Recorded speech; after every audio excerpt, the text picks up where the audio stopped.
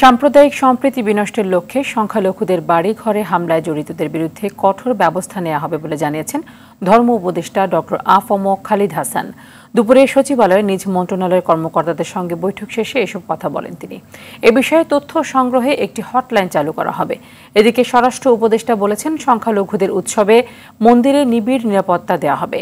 দুর্গাপূজায় 3 দিন ছুটির বিষয়টি নিয়ে আলোচনার কথাও জানান তিনি। খান আলমিনের রিপোর্টে থাকছে বিস্তারিত।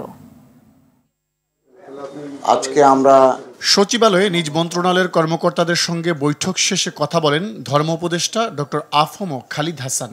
জানান, দুর্বৃত্তরা সাম্প্রদায়িক সম্প্রীতি বিনষ্টের জন্য সংখ্যালঘুদের বাড়ি ও উপাসনালয়ে হামলা করেছে।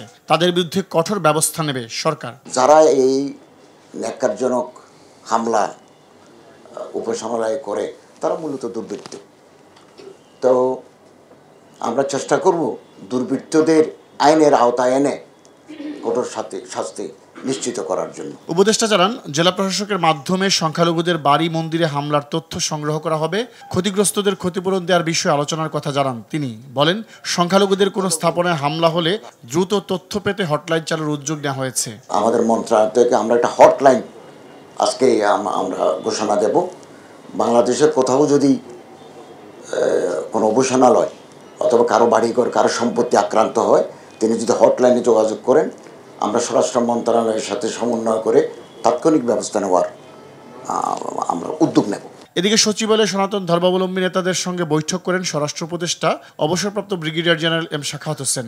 বৈঠক শেষে দুর্গাপূজায় 3 দিন ছুটির প্রস্তাব মন্ত্রিসভায় তুলে ধরার কথা জানান তিনি। দুর্গাপূজায় 2 দিন বা 3 দিন ছুটি দিতে অসুবিধা কি?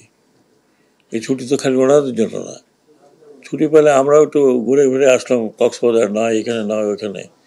তো আমি বলছি যে যেহেতু আমি তো ডিসিশন মেকার না, আমি এটা সচিব মহোদয়কে বলেছি এটা নোট করতে, এগুলোরা যে দাবি দেওয়া যতগুলো দিয়েছেন সেইগুলো নিয়ে আমরা আমাদের ক্যাবিনেট মিটিং যখন হবে আলোচনা করব।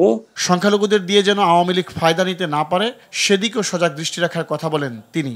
গণ্ডগোল পাকাবার তো কোনো মানে হয় না। এই গণ্ডগোল পাকায় তো লাভ হবে না, বরং লোকজন আরও খেপে উঠবে।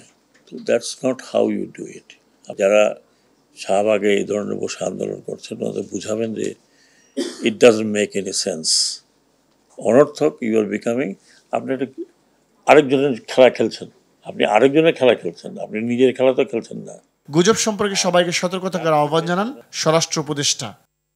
খান আলামিন, RTV, ঢাকা।